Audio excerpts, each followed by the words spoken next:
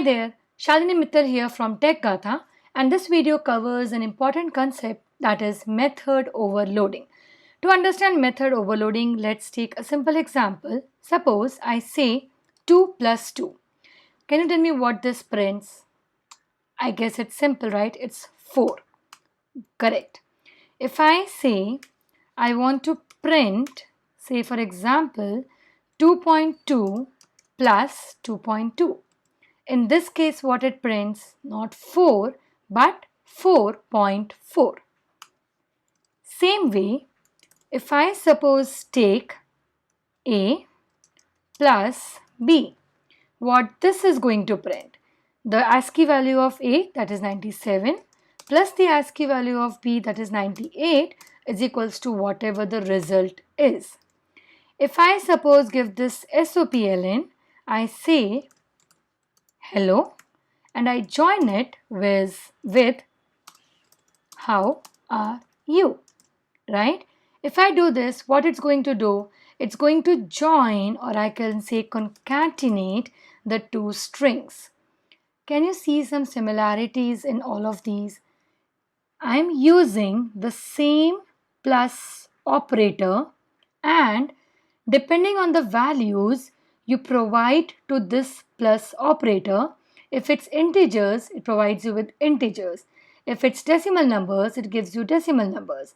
If it's characters, it's ASCII values.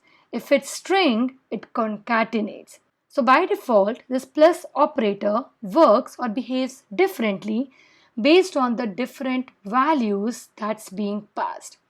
So then I can say this plus operator it's the same name, right?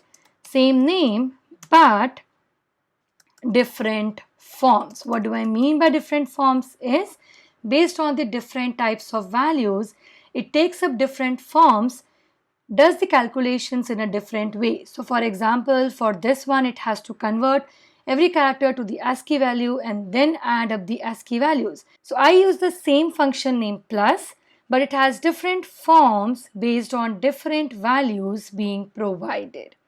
This is nothing but method overloading, which is a part of polymorphism. And method overloading is also called as static polymorphism because compiler knows at compile time what is expected when you are passing in the values. So, say for example,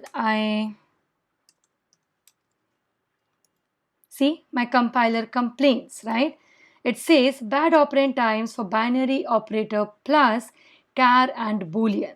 So can you see I don't even have to execute. The moment I compile, if I'm not passing proper values, it immediately complains and it's not able to perform, it's not able to even compile.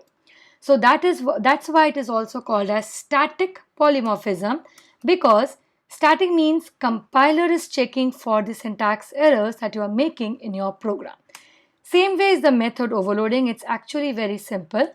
So for example, I write a function add which takes two parameters int a comma int b, right? What this function does? Nothing, just simple addition, and I say return a plus b. Correct? No issues at all. Now, when you talk about method overloading, it's like same method, right? So the method names are same. Can you see plus plus it's same based on the values you provide. So what changes is the parameters. So I can say now this method takes two parameters. It's the same function add. This is add, this is add. But the parameters here are integers. Here it's double, same function name, same name, but different forms based on the parameters. So you have to change the number. So there are three things that goes with polymorphism, and that is one, number of parameters. In our case, number is same, that is 2. Second, type of parameters. So yes, we have changed the types. Here it's int and we have double. Third is you can change the sequence of parameters. So what do I mean by this? So we'll see all the three examples. Right now we have just seen one wherein I'm changing the types of parameters. Now if I just say, okay, return because it's double, so I'll just say double. Now let me delete this.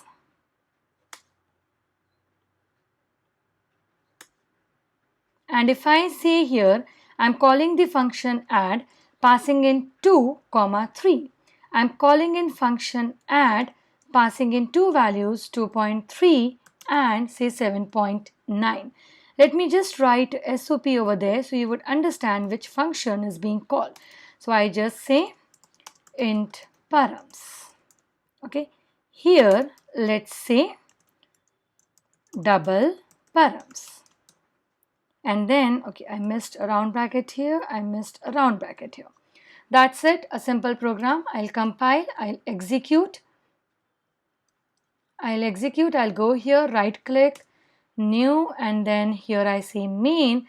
Can you see for the first one, it calls the integer one, it displays 2 plus 3 is 5. For the second one, it calls double params 10.2. Your compiler doesn't complain, your JVM is able to execute and you get the output. So this is what is method overloading. Now just let's see the various different ways that I can see I'm doing or implementing method overloading. Now if I suppose say int a, and here also I say int and int. Of course this is not method overloading. You would see my compiler complains. Okay, let me change this. Right. So can you see method add int is already defined in the class. So there it's ambiguous because I have two function names with the same names and exactly same signature, same parameter list. You might argue the return type is different, but believe me, return type is not a part of method overloading. So just by changing the return type, you do not say it's method overloading.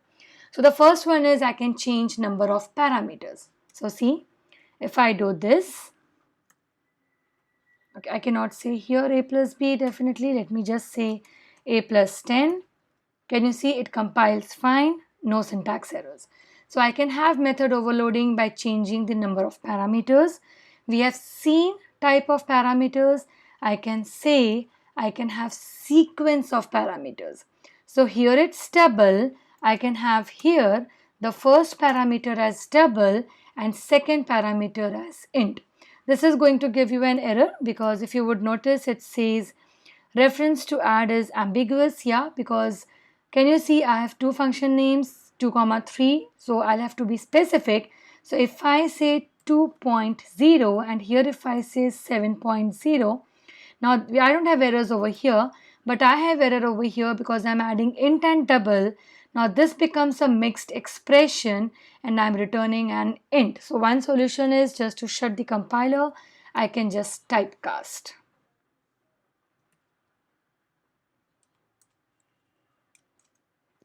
Okay, so now you can see it compiles fine without any syntax errors, and if I execute, this one is going to call this. So I'll say int double params and this is double int params. So let me compile and execute. Can you see? This one calls double int params. So first one is double, so double int params. Here it's int double, so it calls this function int double and it gives me the result 2 plus 7.0, which is 9 and not 9.0 because I've typecasted it to int. So this is what is method overloading. It's actually very simple. You just have different methods with same name, but what you change is number, type or sequence of parameters. That's it. Apart from that, everything else remains the same. So that's all for this video. Happy learning. Take care and bye-bye.